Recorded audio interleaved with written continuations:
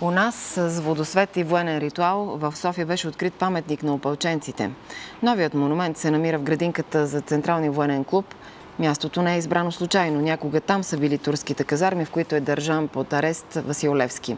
След освобождението в тях са били настанени опълченците от земската войска.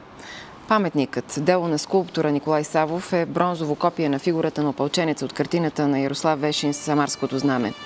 Президентът, столичният кмет и други официални лица поставиха в монумента 12 капсули с имената на загиналите в освободителната война, 12 000 опълченци. На паметника има барелефи на известните картини «Битката за Орлово гнездо», освещаването на Самарското знаме и качването на Балкана. Четвъртият барелеф изобразява карта с пътя на опълченските дружини по време на руско-турската освободителна война.